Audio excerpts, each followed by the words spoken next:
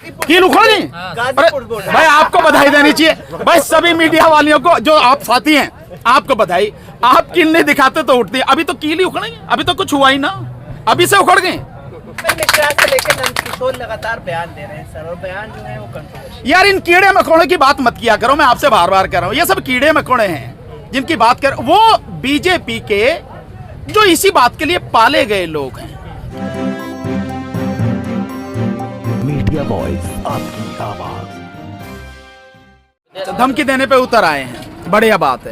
तो मैं समझता हूं अगर ईमानदारी से इस धमकी का पालन किया गया तो बीजेपी वालों के सारे जो आईटी सेल के ट्विटर बंद हो जाएंगे कि ईमानदारी से, तो यही बात है।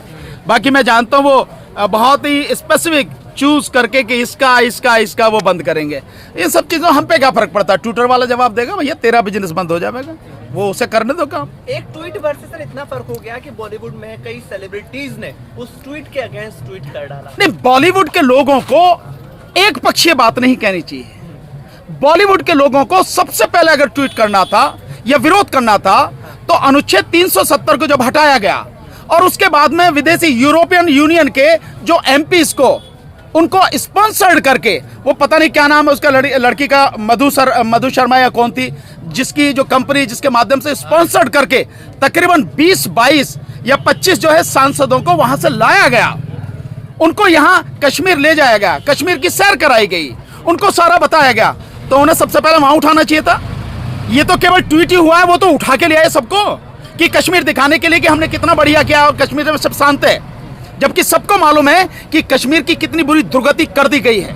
80 लाख लोगों को साल भर तक आपने कैद में रखा है, आप सारी दुनिया इस बात को जानती है नहीं है स्थिति।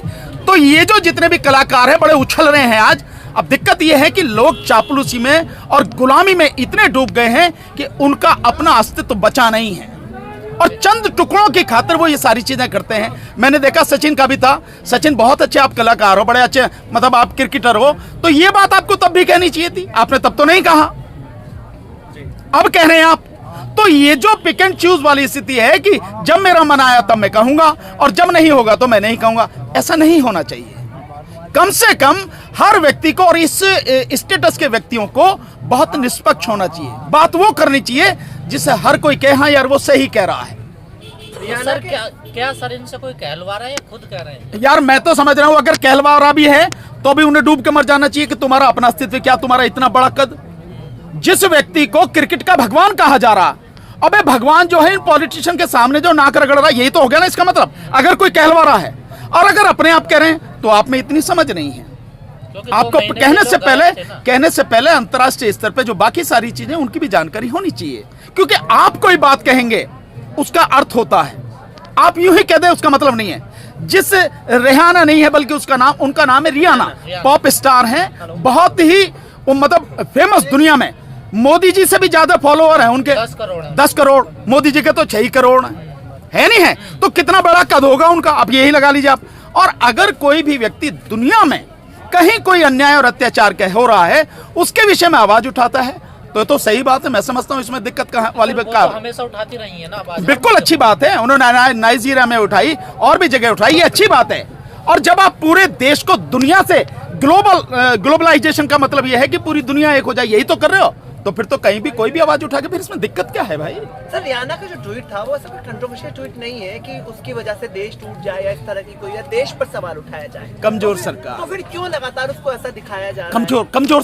कमजोर सरकार ऐसे टांगे कांपती है मोदी जी की, जो सरकार की ऐसे टांगे कांपती है। जब भी तो चार लाइन से हिल गई, नहीं तो कोई भी कुछ भी करता रहे, तुम्हें फर्क क्या पड़ता? इसका मतलब यह हुआ कि जो स्थिति देश में है उसे ऐसे लोग भी देख रहे हैं और बड़ी खतरनाक स्थिति है, तभी उन्होंने ट्वीट किया। और उनके फॉलोअर मोदी जी से ज्यादा यानी 10 करोड़ लोग, तो एक व्यक्ति के इतने बड़े फॉलोअर हैं, स्वाभाविक है अगर उसने कोई बात की है तो उसका महत्व है। इसका मतलब पूरी दुनिया में एक भावना बनेगी, एक विचार बनेगा, एक संदेश जाएगा कि भारत में किस तरह से अन्याय हो रहा है, किस तरह से अत्याचार हो रहा है, उनकी अपनी ही सरकार अन्नदाता पर किस तरह के जुल्म ढा रही है।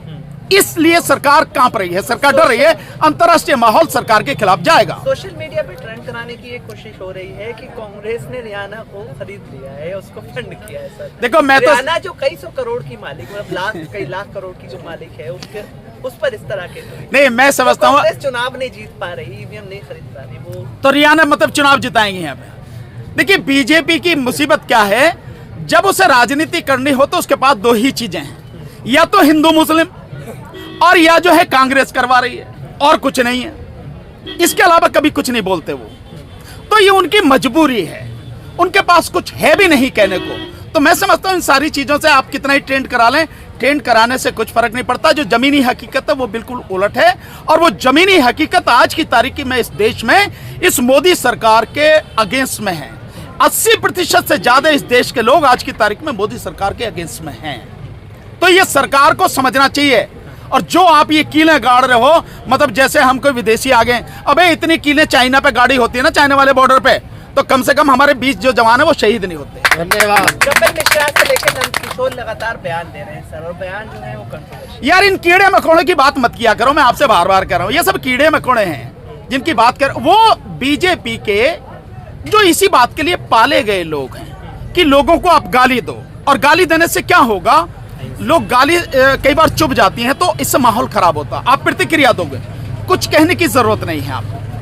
वो माहौल खराब करना चाहते हैं, हम माहौल खराब नहीं होने देंगे, क्योंकि हम 72 दिन से लगातार शांतिपूर्वक तरीके से आंदोलन कर रहे हैं। आगे जब तक भी चलेगा बहुत ही शांतिपूर्वक तरीके से हम आंदोलन करेंगे। हम कानून को मानने वाले हैं, संविधान को मानने वाले हैं, और हम इस देश को तरक्की के रास्ते पर ले जाने हैं। और वो तभी संभव होगी जब देश में शांति बनी रहेगी, और हम उसके पुजारी हैं, वही काम कर रहे हैं। प्रधानमंत्री का एक बयान है सर कि आंदोलन के नाम पे देश को बदनाम किया जा रहा है। नहीं, ये तो प्रधानमंत्री कर रहे हैं स्वयं, इसके अलावा तो कोई है नहीं। प्रधानमंत्री, उनकी आईटी सेल ये बदनाम कर रही है। ये प्रधानमंत्री से पूछना है जो कील लगाई गई है ये क्या है, ये मतलब देश के अन्नदाता का इससे बड़ा अपमान कोई होगा? जो आप कर रहे हैं, दुनिया देख रही है। आपने कील लगाई है इतनी बड़ी बड़ी, आपने बैरिकेड लगाई है, आपने दीवार लगा दी है, आपने हाईवेज को तोड़ दिया है, और आपकी पुलिस के सामने ही गुंडे आके हमला कर रहे हैं। तो बदनाम कौन कर रहा है? माननीय प्रधानमंत्री कर रहे हैं, उनकी पार्टी कर रही है, उनकी पार्टी के लोग, उनके संगठन आरएसएस और बीजेपी के गुंडे कर रहे हैं बदनाम। किसान कहां कर रहा है? किसान तो अपनी इस देश को बचाने की लड़ाई लड़ रहा बड़े शांतिपूर्वक तरीके से। तो ये मोदी जी को सोचना चाहिए कि आप जो कह रहे हैं उसमें कितना सच है।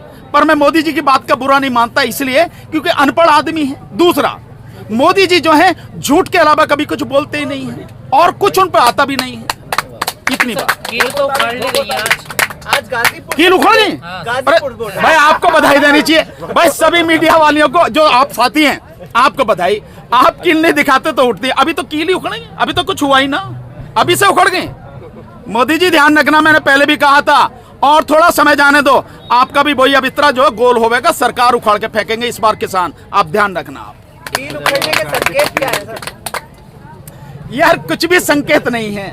जो नासमझ लोग हैं, जिनको समझ नहीं आता कि प्रशासन कैसे चलाया जाता है, लोगों का सम्मान कैसे किया जाता है। हम यहाँ कुछ नहीं कर रहे, बातचीत से तो बात कर रहे हैं। हमें जब भी बुलाया गया किसान पहुंच गए हैं, बहुत प्यार से, बहुत तरीके से, सम्मान पूर्वक, सरकार का सम्मान करते हुए बात करते हैं। तो आपको कीलें बिछाने की क्या जरूरत है?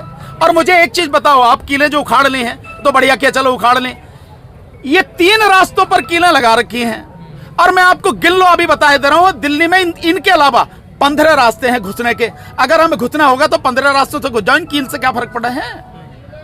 ये समझने की जरूरत है ना। ये सिर्फ नासमझ लोग हैं, जिनको प्रशासन करना नहीं आता, जिनको पब्लिक को हैंडल करना नहीं आता, जो सत्ता में इतने चूर हो गए हैं कि वो गुंडागर्दी और ताकत के दम पे ही इस सरकार को बनाए के रखना चाहते हैं, सत्ता को बना रखना चाहते हैं।